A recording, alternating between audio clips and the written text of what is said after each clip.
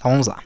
Aqui, né, nós temos então o nosso objeto, que é o nosso drop-down list.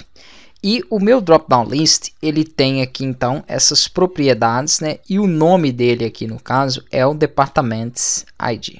Dessa forma aqui, ó. Esse é o nome do meu objeto, é a referência aí, né, do meu objeto, a mesma ali do label. Beleza. O que eu vou fazer aqui, né? Tendo a propriedade dele aqui do nome, eu vou dar um Ctrl C nela. A mesma coisa aqui na de, cadê? Na de cidade. A cidade é City ID.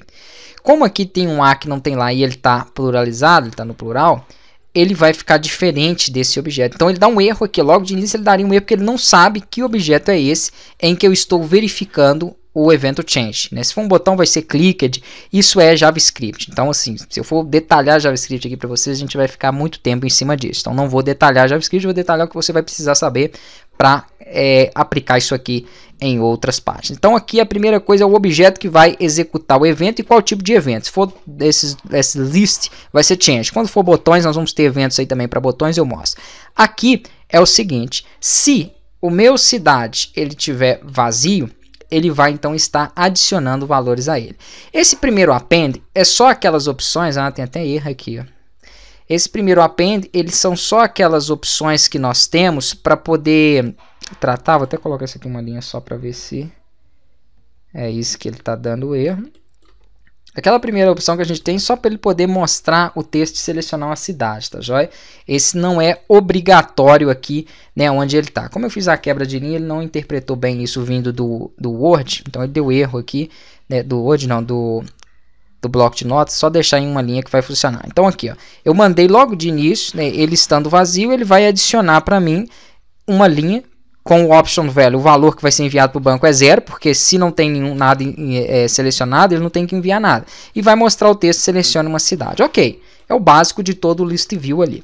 Aqui via Ajax e método post, ele vai fazer um envio para a minha função getCities, né? Quando então essa ação for chamada, esse nome tem que ser exatamente igual ao nome que você deu para ela aqui, ó. Tranquilo, então até aí a minha referência está correta, bacana.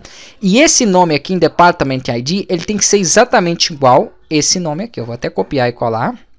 Beleza. Porque é o parâmetro em que ele está recebendo. O parâmetro que ele receber da função de getCities vai ser o valor selecionado aonde? Nesse meu combo box aqui, ó.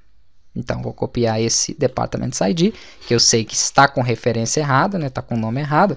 E o valor que eu selecionar nele vai ser passado como parâmetro. Bacana. Realmente é isso que eu preciso, né? E aqui ele vai dar um success function, passando os dados da minha função e executando essa função de que forma? Adicionando ao meu objeto, ao meu drop-down, ao meu list view, né, de cidade, que é o City ID.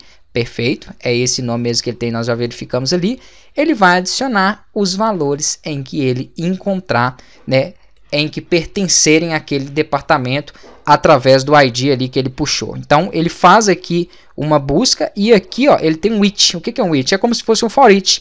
Ele vai repetindo isso aqui de acordo com a quantidade de cidades que ele foi encontrando. Se foi 3, ele vai passar 3 vezes e vai trazer, adicionando aí, né, dando um append, adicionando a minha lista, ao meu list view, aquele option value, aquela opção ali. Lembrando que aqui também tem que entender um pouquinho de HTML, porque o que é um option value, né, o que é aí um parâmetro para o list view, tudo isso está embutido aqui dentro. Então, cada option value é um registro dentro da minha list view. Se der erro, ele me mostra essa informação aqui, né, que deu falha ao buscar e dá um retorno para mim. Agora, eu acredito que as referências estão corretas, né? Nós vamos saber agora ao testar ali. Eu vou até mandar aqui para vocês, ó, essa função já com esses ajustes que eu fiz, mas é aquilo que eu falei. Se você manteve o nome dos campos exatamente igual aos meus, isso vai funcionar perfeito para vocês. Se vocês não manteram, eu acabei de explicar nessa aula o que você tem que alterar e tomar cuidado aí,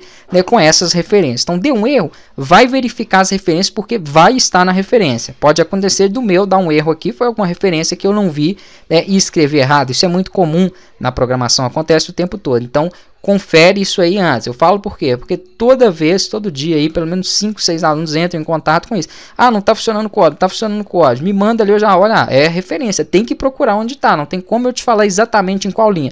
Olhar com calma, para isso eu mando todo o código também, vocês têm aí acesso a todo o código. Então abre, né, em um outro projeto, você abre aqui em outro projeto e vai comparando aí, né, o passo a passo. Então vamos lá. Aqui eu tenho os meus departamentos, eu selecionei Nordeste, ó, funcionou. Porque Nordeste não tem nenhuma cidade associada.